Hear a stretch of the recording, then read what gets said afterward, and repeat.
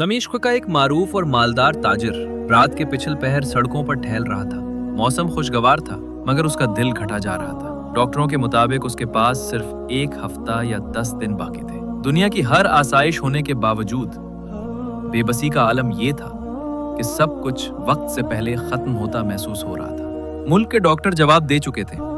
एक आखिरी उम्मीद अमेरिका में इलाज की थी, मगर वो भी खत्म हो गई।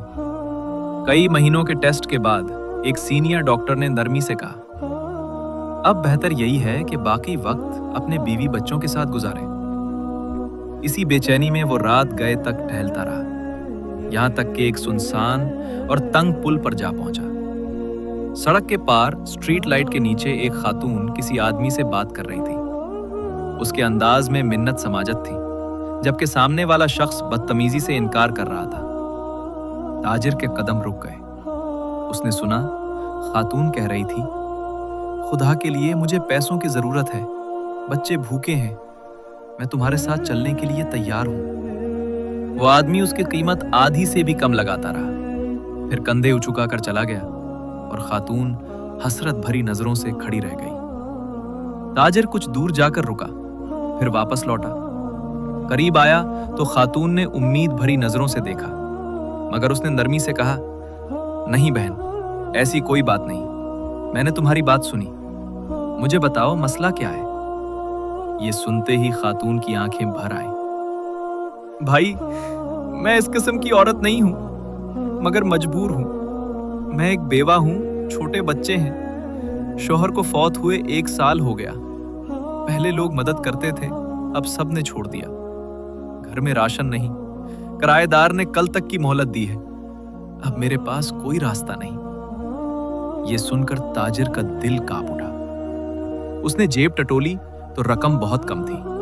उसने वही दे दी और कहा, फिक्र न करो, अपना एड्रेस दो, सब ठीक हो जाएगा।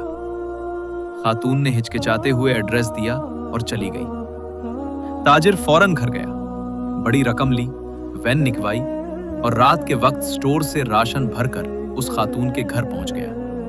सारा सामान उतारा, रकम दी और कहा, कल किराएदार से मैं खुद बात करूंगा और हर महीने आप तक रकम पहुंचती रहेगी। ये कहकर वो खामोशी से चला गया और खातून हैरत और आंसुओं में खड़ी देखती रह गई।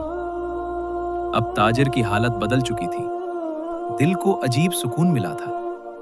उसने वसीयत लिखी कि हर माह उस एड्रेस पर रकम भेजी जाए। फिर दिन गुजरे, हफ्ते गुजरे, महीने गुजरे और वो जिंदा रहा। 1 साल, 5 साल, 10 साल, हत्ता के पूरे 20 साल, और वो मुसलसल खामोशी से सदका करता रहा। फिर एक रात वो तहज्जुद के लिए उठा, वुजू किया, नमाज शुरू की और सजदे में ही उसकी रूह परवाज कर गई। कहानी यहां खत्म नहीं होती।